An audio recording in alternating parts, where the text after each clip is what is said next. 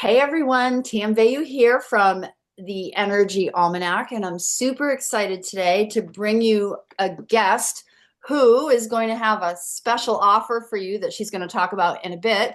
But you know me, artist, alchemist, astrology junkie, proud creator of Energy Almanac, right, for 2026.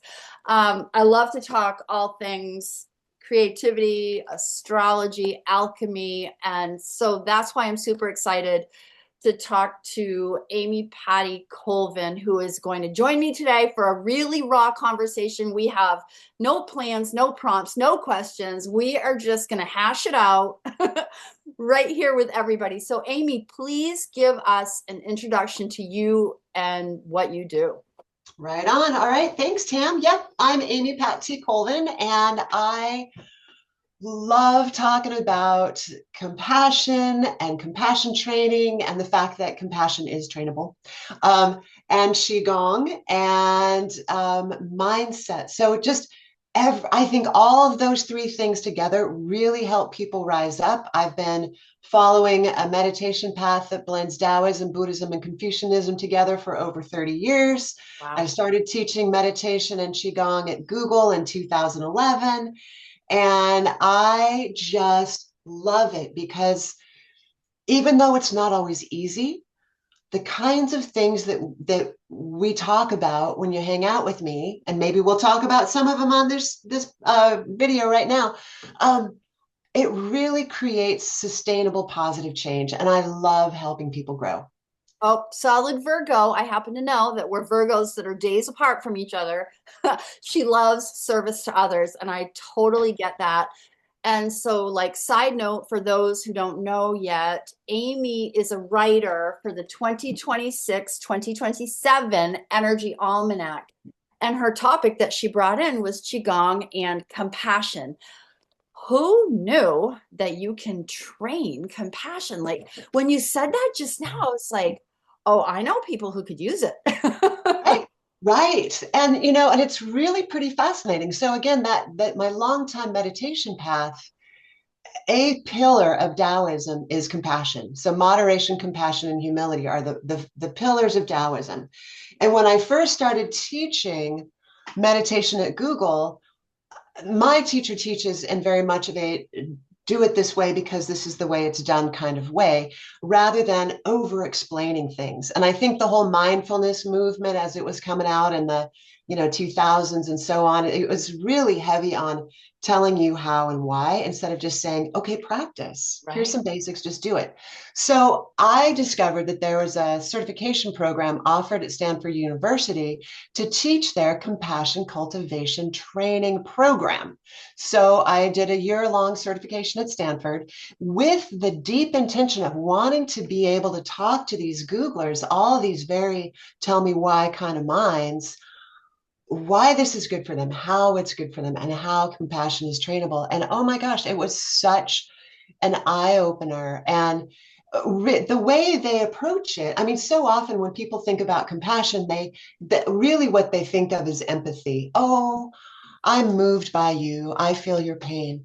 But the cool thing about the way the Stanford program defined compassion, that I've now adopted it as my own, the first thing is being aware of distress or suffering in something or yourself. The second is emotionally moved by, which is that empathy piece. And the third part is taking action. And that's where it begins to become trainable. It becomes more action oriented, less passive, less emotional. And so when you bring it into action, it means you can intentionally wish someone well. You could give them the clothes off your back. You could volunteer with the Red Cross. It doesn't have to be big. Right. It can be really small. It can be as subtle as saying, oh, you know what? Oh, you just told me that your cat's not feeling well. Oh, man, I can see that in your face. I'm just going to send your cat some well wishes. And that is compassion. Compassion in action. I really love the action piece of this because so often we really get wrapped up in the feeling and the emotion and Yeah. right. Yeah. and I'm a big doer, and I really love the idea of adding the action piece. I didn't know that, so it was a really big light bulb moment for me. It reminds me of something that happened for me this morning. I'm just coming off a few days of vacation. I had my birthday yesterday. So you know how it is on Facebook. You go in and you read like, oh, you have 200 happy birthday wishes. I'm like, okay, wow, that's really cool. So one of the things I do every single year is I go into every single message at a bare minimum. I like or heart the message. And I also, to some of the people who I'm closer with, reply. Well, I thought that was really cool. I did that this morning. And then I opened up my email, and one person sent me a private email, and he said, it's your birthday. Here are 3 gifts. This is a video that I really love. Watch it if you want to. Here is a project that is close to my heart. Look at more, he did 3 different things, and every one of them, my jaw dropped a little bit further because his level of caring and the action that that he took to Right. to present this to me. I was like, wow. And when you were talking, that's what I was thinking of. Like, he took it next level. It was compassion, but it was action. It was emotional. Anyway, beautiful. And you're teaching this to people. You're teaching this to Yes. Google, Amy. Tell me it made a difference at Google. Oh my gosh, yes. And so let me feel a little tiny bit in the backstory there. So I'm a massage therapist, and I have been since 2004. And my absolute perfect, wonderful first ever big gig was being a massage therapist at Google. And it was what I noticed is that people came to me largely because they were stressed out. There were a handful of us working there. We were all very good, but we all had different areas of focus. And mine was helping people mellow out. Mm, And what I began to realize is that I have this knowledge, I have this skills inside of me to be able to help other people have healthier, more vibrant and vital lives. Wouldn't it be cool if I started teaching or providing the opportunity for Googlers to learn this stuff so mm, they would not feel that stress so deeply in their bodies, so that they wouldn't need to come see me when they were in pain? I mean, I loved seeing my clients, of but I course. would rather have them not be in pain and have them come because they just wanted to. Right. So that's how I ended up starting to teach there. And my classes would be like half an hour of standing and moving Qi Gong and Yeah. 15 minutes of meditation, a mudra meditation at the end. So even in that seated meditation, we're still moving because we're holding different mudras for a Right. minute apiece. Wow. And oh my gosh, it was wonderful. And I definitely, and I one of the guys that used to take classes from me there has taken my multi-week classes 3 times since. Oh Like, my gosh. because, and it was a man, which is the beautiful thing. So some people are like, oh, this compassion stuff, it's all for women. It's like, no. Oh, The other thing I want to share just real briefly is that the one of the other great things that I learned about this program at Stanford was tools and trainable skills around extending compassion to people you find to be difficult. wow. And the benefit of that, it's for yourself. Mm, And so I remember there was a woman that I mean, usually I like everybody, mostly. But there was this woman in particular I was having a very difficult time with, and it was my problem, not hers. So I was owning it, right? mhm. And once I kind of walked through the training that I learned, um, which was really tied in with common humanity and recognizing that she too had her own problems, just like me. And I could diffuse how I was feeling about her, and that lightened the load off my shoulders. Mm, And it was huge. And in today's chaotic world, mhm. regardless of where you sit on that political spectrum, inevitably people are finding polarity in their life. They're Absolutely. seeing that divisiveness. And wouldn't it be an amazing gift if you could raise that off your shoulders and go, you know what? I disagree with what you're saying 100%, but just like me, you need to love and be loved. You need to eat, you need to drink, you need some air. And letting go and detaching from expectations. That's all compassion in action. That is beautiful. I really love what you're saying. I am witnessing, I'm not part of it, but I'm witnessing some discord between some friends right now, and they're close friends, and the discord is real. And I want to say to both of them, like, you both need the same things, you both want the same things. And, you know, I have compassion for what they're going through. I don't even actually know what action I can take besides wishing them both peace inside of their hearts. And that's valuable. Never discount the power of just energetic well wishes. Yeah. Yeah. I know I don't discount that, because we are energy. Everything is energy, and that is the way the world works. I think what you're doing is so beautiful, Amy, and really having this conversation is extremely like next level for me to understand you and your work even more. Yeah. Weave in a little bit, if you will, for me, the Qigong piece. Now, I have practiced Qigong in and out, off and on, a little here, a little there, because it just feels good. I have a lot of Mars energy. I'm a go-getter. I have a lot of fire in my spirit. So I move a lot and I go a lot. And Qigong for me was a way to just slow down Mhm. and be more mindful. But I'm sure there's more to it than I know. I'm very surface level with Qigong. Take me deep for a minute.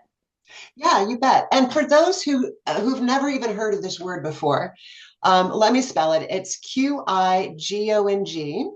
Notice how I'm handwriting. I'm a very kinesthetic person too. I want you and Let I me both. write this down.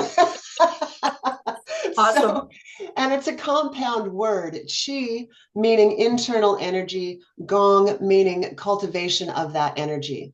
And the way I look at it is from a very basic level, and it has three components. And the first is present moment awareness. So your idea of Qigong helping you slow down, part of that is that present moment awareness. The next part is intentionally breathing. So often in this life, we don't breathe. And I teach breath a lot, and I don't breathe all the time, not deeply and fully. So Right. present moment awareness, intentionally breathing, and movement. And I'm just recording right now some Qigong videos that go hand in hand with a 7-week course that I'm teaching. And one of the things that I have come to realize and appreciate even more is when I say there's movement, even if you're not physically moving, there's still energy movement and breath movement within you. So you could be in line at the grocery store practicing Qigong if you choose to be present, Mm. intentionally breathe. And historically, what I've told people is just even something as simple as waving your hand back and forth. Mm. That's just, you're getting that movement going. Just, you're standing up and you're just waving your hand back and forth. No one will know what you're doing, but Wow. you know. Right. And so, okay, so why do we do this? What's the benefit of doing this? A big piece of it, and a big piece of it is just connecting with. So, as you've said, we're all energy, honoring that we are all energy, connecting with that energy, and then cultivating that movement from within. And then as you begin to allow that movement of energy within you, it brings around this huge level of health benefits. Mm. And then moving qigong, whether it's flowing postures. Oh, and let me also highlight, people often ask me, well, what's the difference between qigong and tai chi? And traditionally, Tai Chi has a fixed form.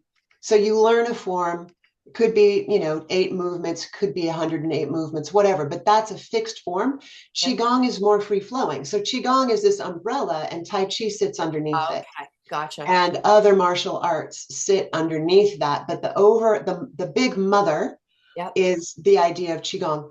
And what I have been taught in my meditation practice over all these years, and what I have seen in my own life, I mean, it has transformed my life, is that not only when we connect with our chi, when we open our hearts and allow ourselves to connect with spirit in whatever way spirit makes sense to you, and allow ourselves to move freely with spirit being the driver Mm, not the mind, right. tremendous healing benefits happen, whether it's physical, emotional, mental. And there are scores of studies that show that practicing Qigong, if you're ill or you have an energy or an injury, and you focus your awareness on that body part, on that state of unwellness, and you breathe deeply and you practice Qigong and you're moving and your present moment awareness is activated, there are astounding healing results. Now, Mm, I'm not going to say, oh gosh, if you broke your leg, practice right. Qigong, and that's going to fix your leg. But I have seen it in my own life. I've seen it in other meditation students' lives where seemingly miraculous things happen. I believe that there's such power. I know the power of breath work. I own a brick and mortar wellness center, and we bring in a breath work specialist. And oh my gosh, people come out high as a kite, connected to spirit, and just in their bodies differently. And it's remarkable. And I have had breath work sessions myself. I love what you're saying here. It's really, really beautiful. I think I think this ties in with the um, bonus product that you made for the Energy Almanac. Now, before I let you sort of introduce that idea and the offer that I mentioned earlier, inside of the Energy Almanac, every single year we have a page, and I don't know if I can find it in here. I'm going to try to. We have a page that promotes the bonus gifts that our writers make for the readers. I think I found it right here. Reader bonuses. Every year in the book, we have a page that says, "You like gifts, don't you?" And Yes. we have this beautiful web address that everybody can go to collect things like my freebies. I do coloring pages and things like that. Janet Hickox does, I think she does free astrology downloads, all kinds of different things. And Amy, you have made, I want you to tell people about it. I know it involves video, right? Some kind of a video series that includes compassion and Qigong. I'm excited to hear about it because Janet secretly told me it's off the charts. So Well, you you tell me about this. all right. Well, and first of all, thanks for the opportunity to be able to, be a contributor to the Yes. Almanac, and then to be able to create a space where I can offer up bonus content. Absolutely. So it's really neat. This year, this Almanac happens to be 15 months instead of 12. Right. And so, what I've decided to do as my bonus offer is focus on three primary areas. And so, since there's 15 months, each primary area gets 5 lessons. Mm-hmm. And so when you sign up for the bonus, you will be taken to like a course portal where you can log in. And then you have access to all 15 lessons at any time you want. You can binge watch them, consume them all at once, go back, and then go month by month. But what I tried to do was take what was written for the month and tie that in some way to compassion training, some sort of Qigong, or some sort of mindset work. And so when you get in there, you'll find 5 Qigong videos. And some of them, it's talking about the philosophy of Qigong. Most of them are about moving. And the very last one, and this is a super awesome gift just for you guys, I haven't recorded this for anybody else, is some training on how to do exactly what I mentioned earlier, which is combining spirit with self and allowing yourself to move freely in what my longtime teacher has coined as guided movements, or this particular meditation path is most common in Asia, Malaysia. If you went to those temples, you wouldn't see people sitting and meditating, you'd see them moving. And so there's instruction on how to bring that into your life. And that's the last Qigong video. There are 5 guided visualizations that all have to do with developing compassion in one way or another. And then there's 5 exercises, written exercises or written ideas around just how to broaden your mindset, how to think about life a little bit differently. And they may not be brand new lessons, But if you go into them with childlike wonder, you're inevitably going to get something out of them. I mean, all of us talk about things and hear things over and over and over and over. And yet sometimes it hits. It's like, yes, I've heard that 22 times, but oh, today I get it. So that's what's in that bonus package. And I really hope people dive in there, make use of it. You have access to it in perpetuity. So go play with it and have fun. I, for one, am super excited about your bonus. I'll be going in to get it myself. And I, to everybody watching who knows, likes, and trusts Tam, she's the real deal.